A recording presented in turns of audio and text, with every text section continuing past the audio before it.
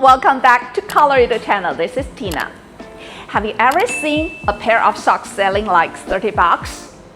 Not fancy socks, just a socks with face on it. Your face, your dog's face, and your logo. Sounds crazy, right? Here's the thing, custom socks are blowing up.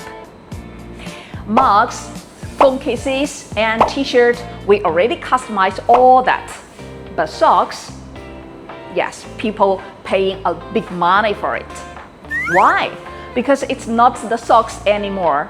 It's not only the socks, but it is the gifts, memories, and self-expressions. And here what changed everything. You no longer need to order 1,000 pairs. With digital printing, you can make one pair at a time, on demand. Zero inventory risk.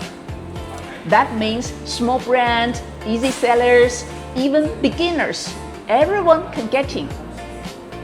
But here's the real question. What's your niche?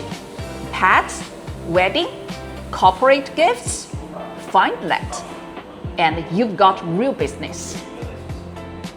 In the coming videos, I'm breaking down all exactly how this industry works. Equipment, daily output, and best market, and so on. If you're ready, hit subscribe. Let's dive in. Okay, see you next time. Bye.